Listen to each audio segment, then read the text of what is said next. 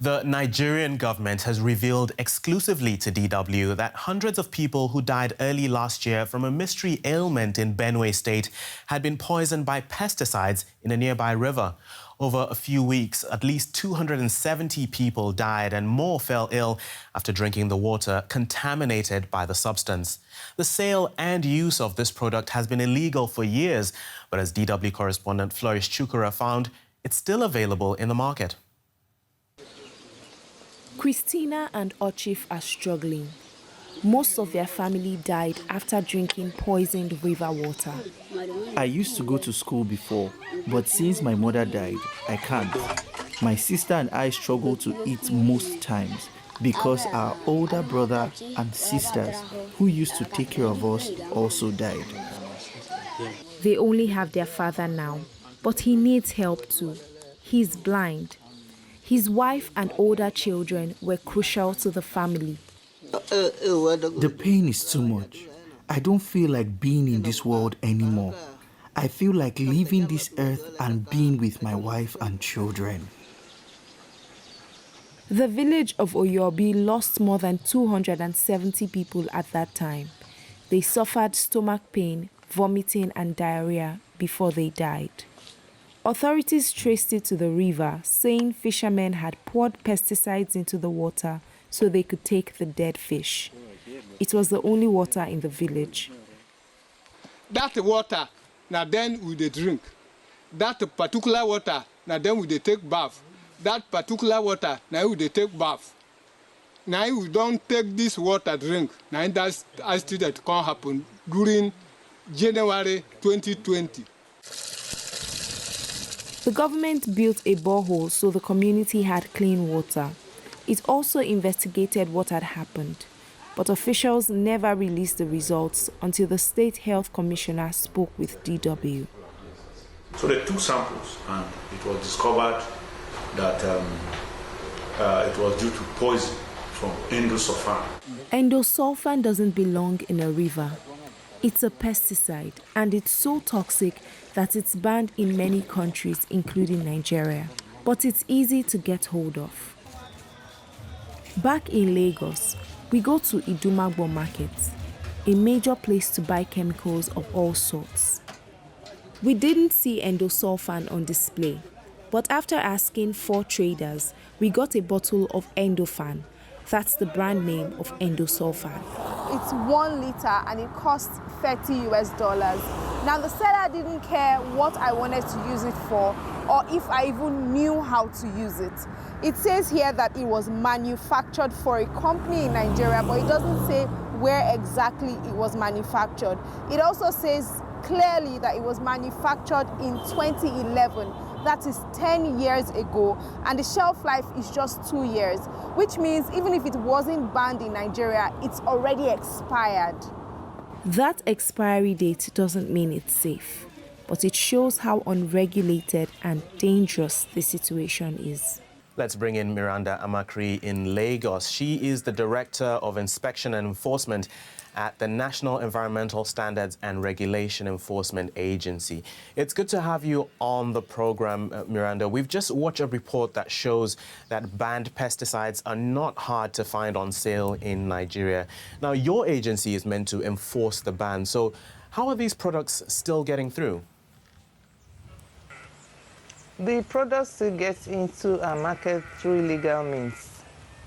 Legally, they are not allowed into Nigeria, and the regulatory agencies are ensuring that this does not happen by putting up some checks, control measures at the seaports. But unfortunately, we find them in the market illegally, and they are not even on the shelf in the market.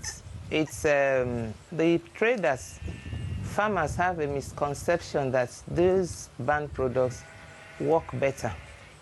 They are faster and they are more active, and so they keep it behind the shelf.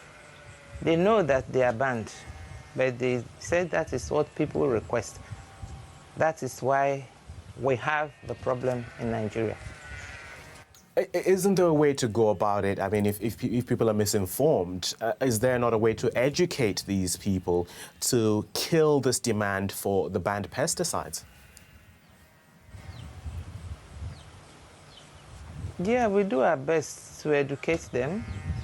As a regulatory agency of the Federal Ministry of Environment, we organize weekly sensitization to marketplaces and the shopping complexes, but it doesn't seem to be enough because this needs a targeted sensitization specifically for this.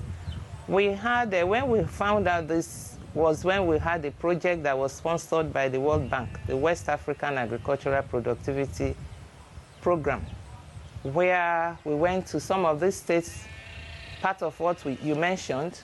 We went to Lagos, we went to Benue, we went to Katsina, we went to Enugu, and we went to Osun State. Just 5 cities in these states. And you know Nigeria is a large country with 37 states, with 212 million population. And this is just like a drop in the ocean. It's not enough. The sensitization needs to be sustained, constantly and consistently sustained for people to understand why they should not engage in this. For example, this report you talked about, that people were dead in Benue, I think it's Benue you mentioned. Yes. That kind of report needs to come out for people to see, and the reason why they should not use these banned pesticides, the reason why it was banned in the first place, they need to know. And we need support, as much support as we can get. You know, sensitization and awareness are very, very expensive, and government alone cannot do it. We need all the support from wherever these supports can come from. You've talked about the scale of the problem, but you're talking about your handicaps. Are you essentially fighting a losing battle?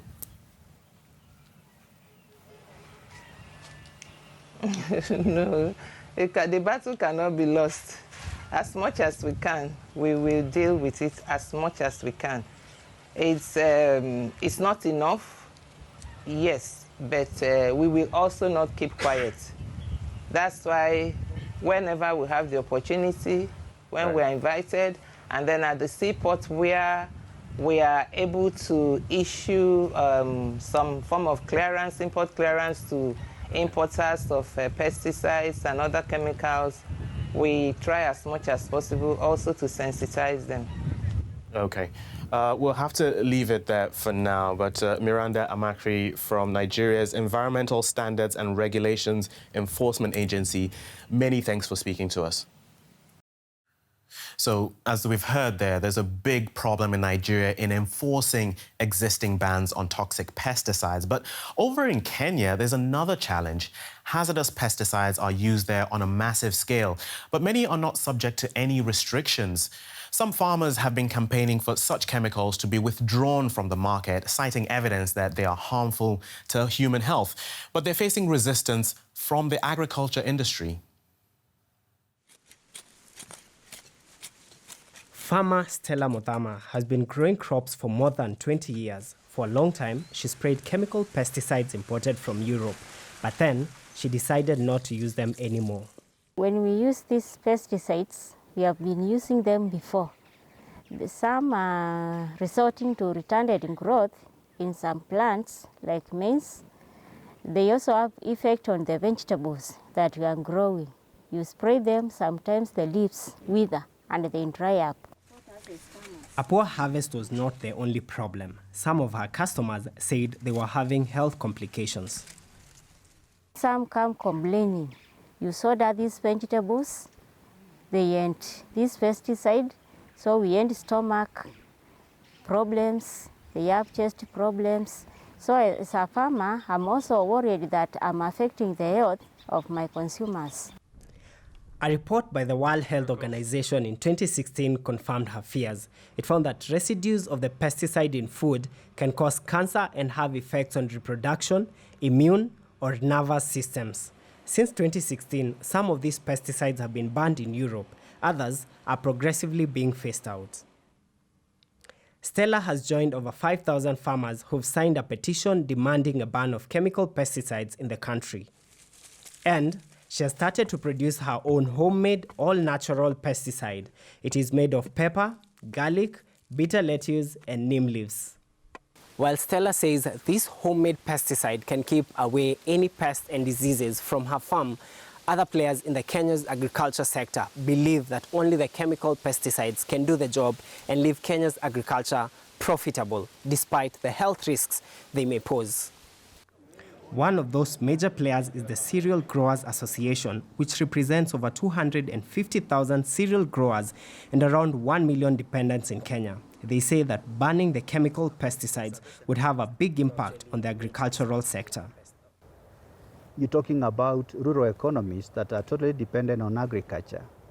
And yet these products, which are so critical in sustaining such rural economies, is what you're talking about banning. The bigger problem would be the sort of losses in jobs and incomes that would emanate from collapsing agricultural production in this country. Kenyan MPs are now investigating the potential health risk of pesticides. Their findings could make a ban more likely. Stella thinks European companies exporting these chemical pesticides just don't care about African people's well-being. I don't see how a pesticide can be banned and still exported, and our country imports it. So it is like they are looking at our skin and they say these blacker people can use this. Stella may have stopped spraying chemical pesticides, but her neighbors are still using them. A ban would mean that she could stop worrying about her crops and the health of her customers and family.